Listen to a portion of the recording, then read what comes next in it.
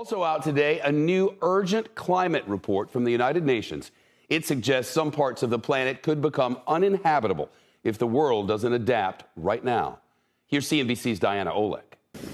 Longer wildfire seasons, more extreme rainfall, and prolonged drought, examples of what 270 researchers from around the world pointed to in a sweeping and comprehensive report on the increasing dangers of climate change. Just one of their conclusions, people living in cities nowadays face higher risks of heat stress, reduced air quality because of wildfire, lack of water, food shortages, and other impacts caused by climate change and its effect on supply chains, transport networks, and other critical infrastructure.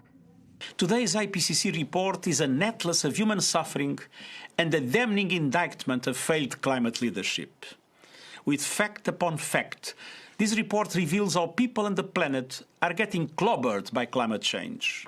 The report found that adverse impacts of climate change are now more widespread and more negative than expected in previous reports. Specifically, near term, about 14% of all species face a very high risk of extinction. And even if warming is limited to 1.5 degrees Celsius, the majority of coral reefs will die, and the majority of glaciers and polar ice will be gone. Annual deaths from climate-related illnesses are projected to increase by 250,000 within the next 30 years. This is climate injustice, particularly for indigenous people and local communities. And all of this and more at only 1.1 degrees Celsius of global warming. Current science says the world needs to cut greenhouse gas emissions by 45% by 2030 and achieve net zero emissions of greenhouse gases by 2050. But with current government commitments, global emissions are actually set to increase by almost 14% over the current decade. That puts the goal of keeping global warming to 1.5 degrees Celsius very far out of reach. Our atmosphere today is on steroids, doped with fossil fuels.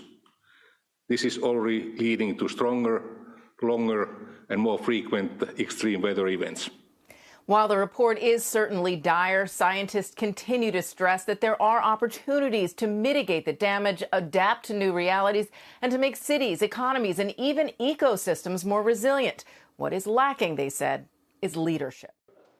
Shepard Smith here. Thanks for watching CNBC on YouTube.